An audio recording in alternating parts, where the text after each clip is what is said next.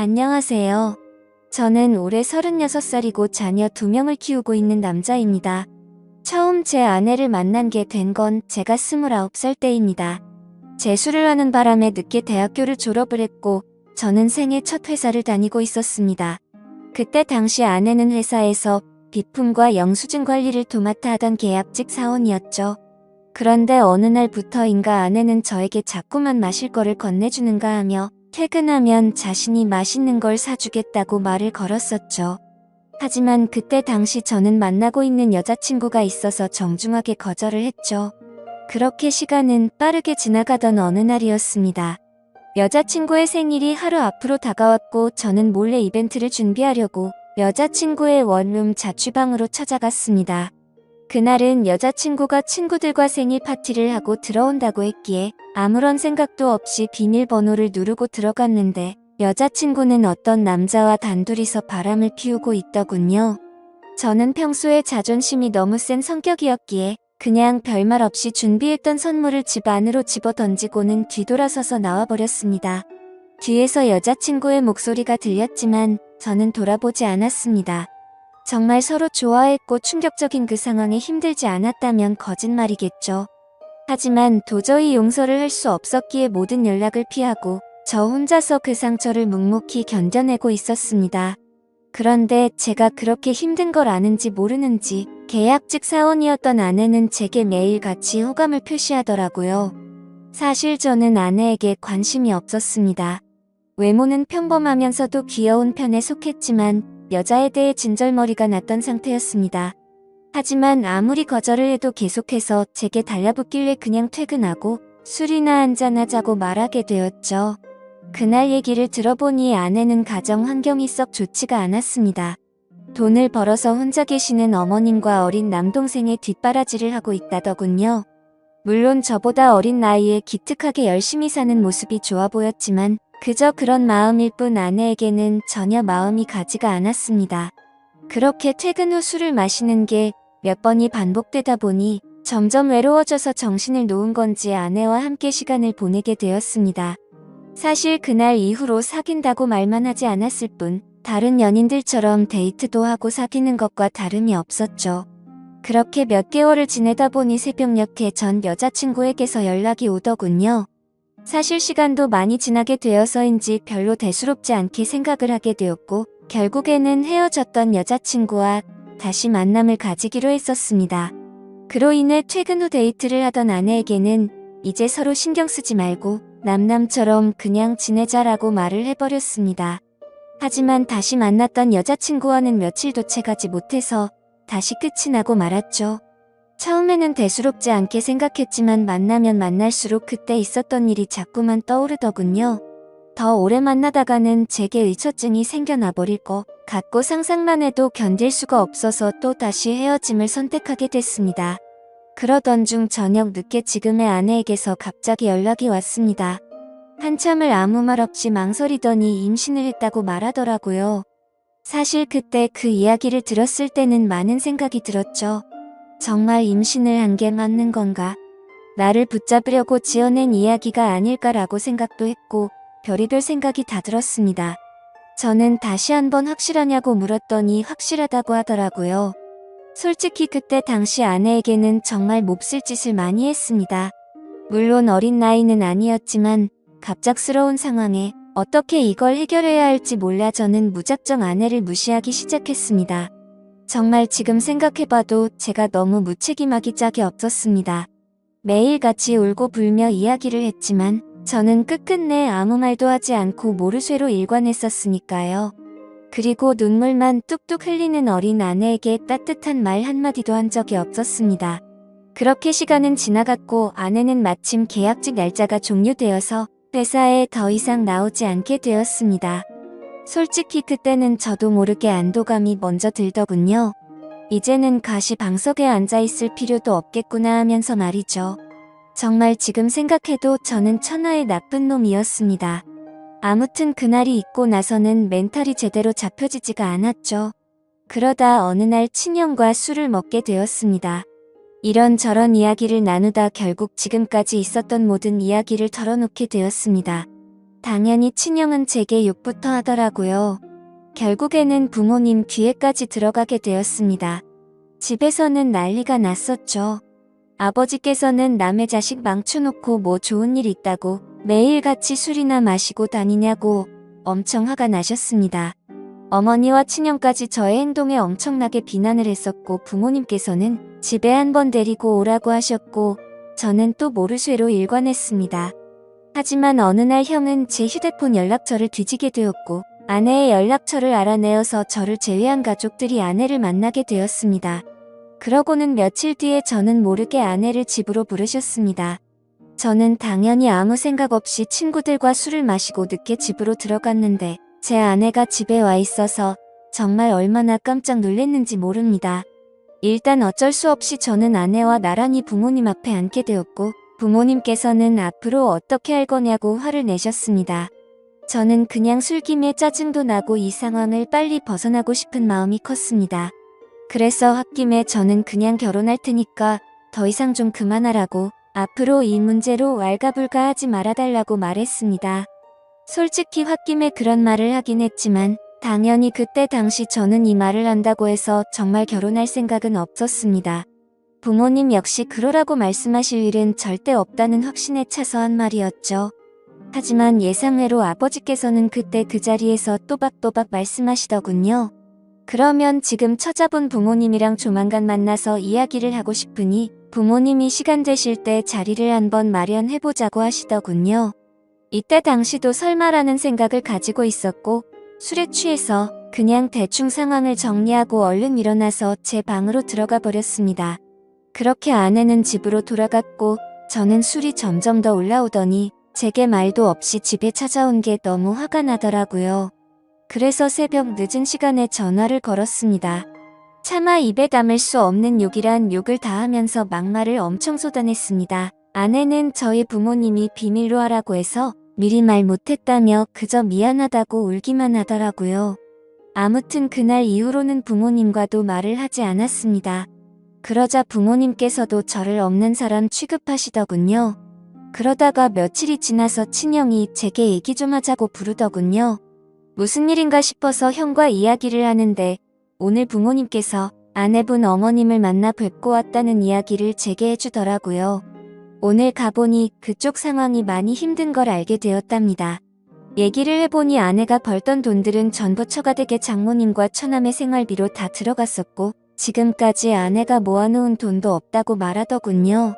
그쪽이 형편이 좋지 않아서 당장 혼수조차 부담하기가 힘든 상황이라며 제게 어떻게 하려고 이런 일을 벌인 거냐고 묻더라고요. 저는 그 말을 듣고 속으로 만세를 불렀습니다.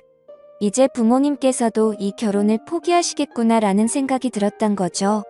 그리고 그때 당시에 저도 취직을 한 지 얼마 되지 않았었기에 모아둔 돈이라고는 고작 1,000만 원가량 밖에 없었거든요. 하지만 보수적인 성격이었던 저희 부모님은 고집을 꺾지 않으셨습니다.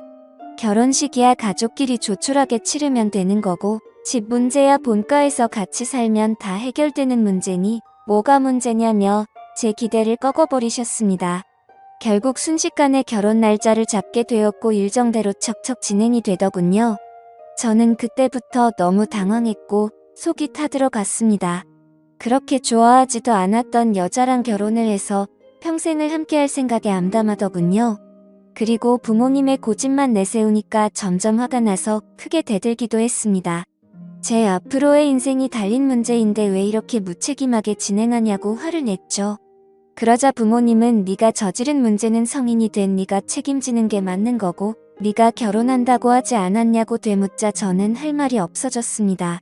그냥 그때 당시에는 모두가 저를 망치게 만들려고 하는 것만 같아서 사소한 거 하나하나 다 마음에 들지 않았고 고슴도치처럼 모든 게 날이 서서 삐뚤게 느껴졌습니다. 아내에게도 못된 말을 계속했습니다. 이따위로 억지로 결혼한다고 달라질 것 같냐며 나를 만나봤자 돈도 없어서 아무것도 못해줄 거고 시집살이가 그렇게 호락호락할 것 같냐고 말했습니다.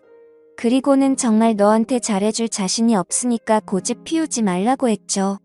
하지만 제가 그런 말을 할 때마다 자신이 더 잘하겠다며 말하는데 너무 답답하고 그 상황이 싫었습니다.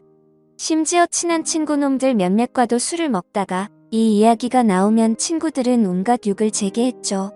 그래서 점점 이 일로부터 자유로워지고 싶다는 생각이 들기 시작했고 결국 제 책임을 통감하고 모든 사람의 뜻대로 그냥 결혼을 하기로 마음을 먹었습니다.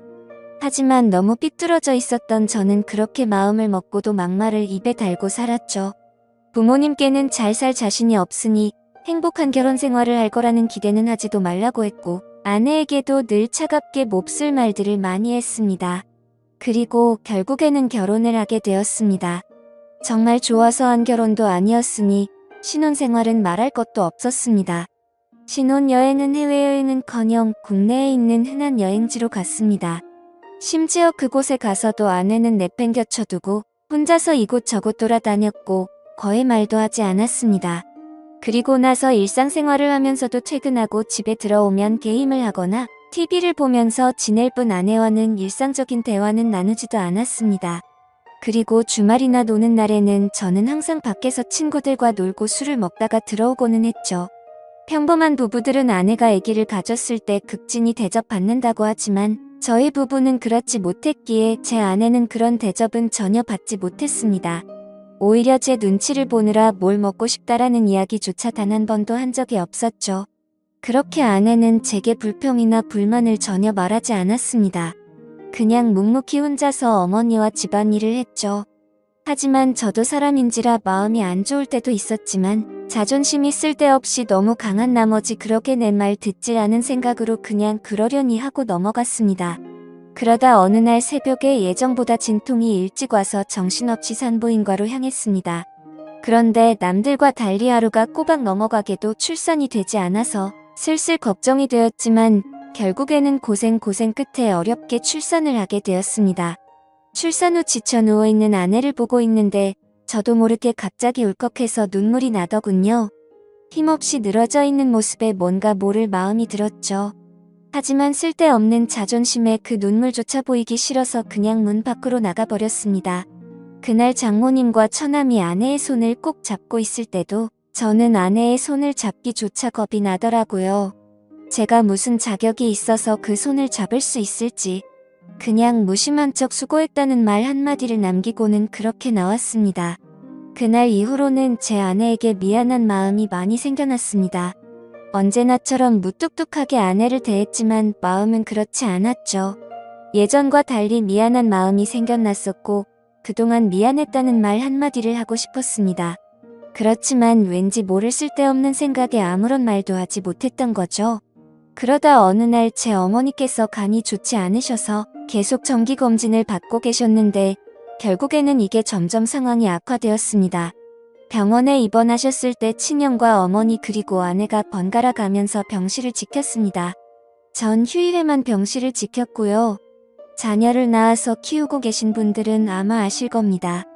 새벽이고 낮이고 아이가 잠도 안 들고 울고 할 때마다 아내는 잠이 들지 못했습니다.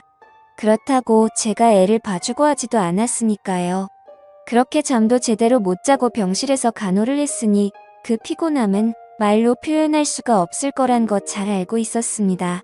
그런데 그때조차도 따뜻한 말 한마디 하지 않았습니다.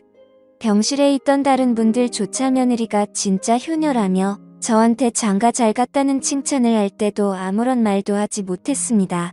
입이 두 개라도 할 말이 없는 건 당연했던 거죠. 다행히 수술은 잘 되었고 어머니께서 퇴원하시기 전까지 아내는 그렇게 육아와 병간호를 했습니다. 어머니가 몸이 괜찮아지시고 집에 오셨을 때 부모님께서 물려받은 땅을 팔았다며 1억 5천만 원을 주셨습니다. 근처 전세라도 얻어서 이제 분가라고 하시더라고요. 아내는 한사코 괜찮다고 말하는데 저는 그러자고 했습니다. 사실 이때 그러자고 말을 한 건 아내에게 미안한 마음이 너무 커서였습니다. 아무래도 시부모님이랑 같이 사는 것보다는 그래도 무뚝뚝한 남편일지라도 아들과 셋이서 사는 게 나을 거라고 생각했죠. 부모님은 당연히 그렇게 하라고 하셨고 아파트로 전세를 하나 구해서 분가를 했습니다.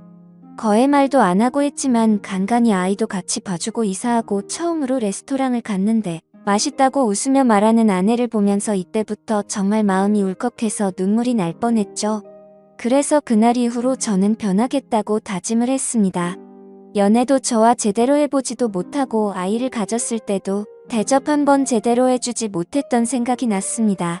그리고 시집살이와 시부모 병간호까지 해왔는데 이제 와서 돌이켜 생각해보니 그 흔한 레스토랑 한 번을 같이 와보지를 못했더라고요. 미안하고 너무 미안했습니다. 비록 무뚝뚝하게 말하고는 했지만 이때부터는 그래도 나름대로 다정하게 대했습니다. 그러다가 장모님께서도 평생 겪고 계신 질환으로 많이 아프시기도 했고 처남도 중학생이라서 아내는 간간히 처가에 들려서 집안일을 돕고 집에 들어오고는 했습니다. 나중에 알게 된 사실이지만 장모님께서는 뷰마티스 관절염을 손가락 마디마디에 걸리셨습니다. 이게 집안일을 하거나 할 때 끔찍할 정도로 아프다고 하더라고요. 하루는 그런 아내가 너무 안쓰러웠고 장모님과 처남까지 마음에 많이 걸렸습니다. 그래서 저는 아내에게 말했습니다. 그냥 장모님이랑 처남 다 같이 여기서 지내자고 말했죠. 진심으로 한 말이었습니다. 그랬더니 아내가 이러더군요. 미안해요. 앞으로는 자주 안 갈게요. 미안해요. 저렇게 말을 하더라고요. 아내의 저 말 뜻이 어떤 걸 의미하는지 다들 아실 거예요. 아내는 제가 처갓집에 자주 가는 걸 못마땅하게 생각해서 비꼬는 마음으로 저렇게 말을 한 걸로 오해를 한 거였습니다. 지금까지 하지 못했던 미안한 말과 참았던 눈물이 울컥해서 쏟아져 버렸습니다. 아내 손을 꼭 붙잡고 미안하다고 말하면서 애처럼 너무 서럽게 울어버렸습니다. 당황해하는 아내에게는 그동안 정말 미안했다면서 앞으로 살면서 그동안 잘못했던 것 천천히 다 갚을 테니 용서해달라고 정말 서럽게 울었습니다. 그리고 처음으로 아내와 오랫동안 마음에 있었던 많은 말들을 이야기했습니다. 그동안 잘해주지 못해서 미안했다는 말과 함께요. 아내 역시 눈물을 흘리며 그렇게 처음으로 서로 꼭 안고 같이 울었네요. 그 일이 있고 나서 아내가 장모님께 같이 살자고 이야기를 했을 때 장모님께서는 완강히 거절하셨습니다. 사실 이건 당연하다고 생각했죠. 사위라고 하나 있는데 자기 딸을 그렇게 서럽게 만들었는데 이 집으로 들어오면 얼마나 눈치를 줄까라고 당연히 생각하셨을 것 같습니다.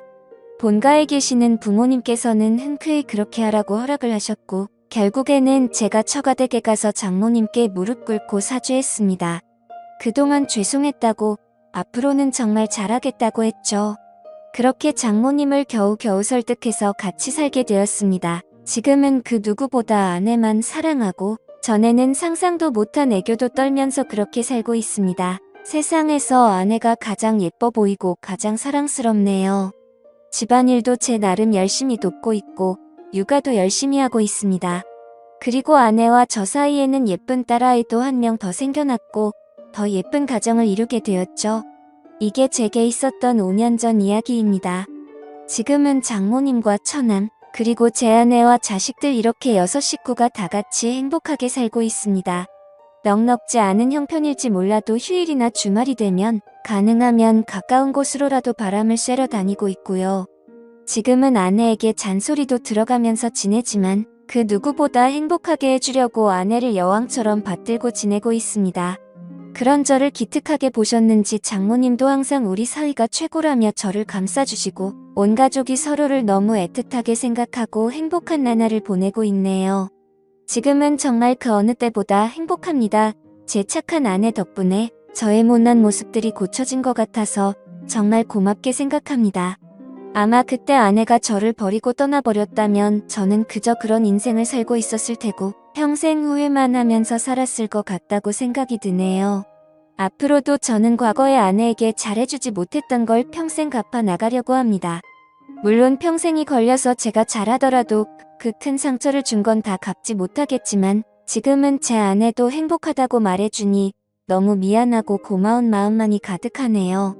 제 사연을 읽어주셔서 감사드립니다.